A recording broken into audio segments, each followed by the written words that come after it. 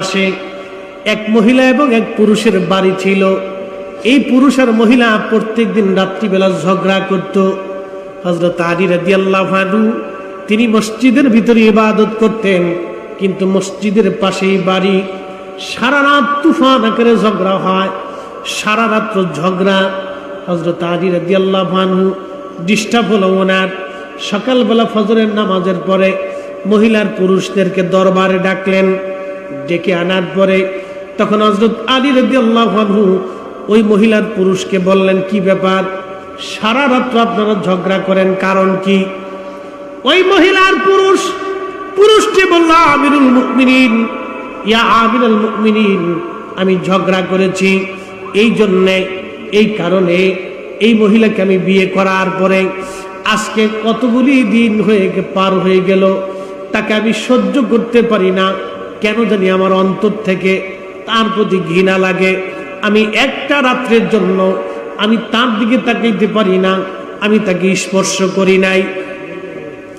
মনোযোগ দেন, ওই লোকটা বলতেছে, আমিরুল মুমিনিন, এই নারীকে বিয়ে করার পর থেকে আমার অন্তরে তার প্রতি ঘৃণা জন্ম হলো। আমি তার দিকে আমি ফিরেও তাকাই না, তাকে স্ত্রী হিসেবে কখনো আমার মনে আসে না, এবং আমি তাকে কোনোদিন স্পর্শও করি নাই। সারা রাত্রির জন্য তার সঙ্গে আমার ঝগড়া হয়, বেমানান বলে না আমিরুল মুমিনিন, আমি কি করব? তখন আমিরুল মুমিনিন বললেন, দরবার থেকে সবাই বের হয়ে যান, এই পুরুষ আর মহিলার সঙ্গে আমি গোপন কথা বলবো। সবাই দরবার থেকে বের হয়ে গেল। হযরত আলী রাদিয়াল্লাহু আনহু ওই মহিলাকে ডাকলেন, পুরুষটাকে কাছে ডাকলেন, ডেকে মহিলাকে বলেন, হে নারী, আপনি একটু মনে করেন তো, আপনি একদিন জেনা করেছিলেন, জেনার কারণে আপনি অন্তঃসত্ত্বা হয়েছিলেন।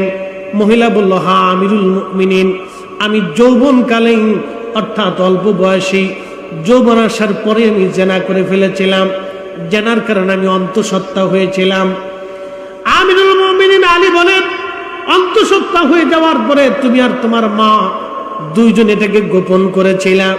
তারপরে যখন সন্তান প্রসব হলো, তোমার মা গোপনে তোমাকে সন্তান প্রসব করাইলো। সমাজ জানতো না, রাষ্ট্র জানতো না। সন্তান প্রসব হওয়ার পরে এই সন্তান নিয়ে তোমরা জঙ্গলের মধ্যে সন্তান ফেলে আসছো। যখন সন্তান ছোট্ট বাচ্চাটাকে ফেলে আসছো, ফেলে আসার পরে এই বাচ্চাটাকে তোমরা ফেলে আসার পরে কুকুর আসছে বাচ্চা নিয়ে যাওয়ার জন্য। কুকুর তাড়ানোর জন্য তোমার মা একটা পাথর মেরেছিল। এই পাথরটা কুকুরের গায়ে না লেগে বাচ্চার মাথায় লেগে মাথা কেটে গিয়েছিল। আর এই মাথা কেটে যাওয়ার পরে তোমার মায়ের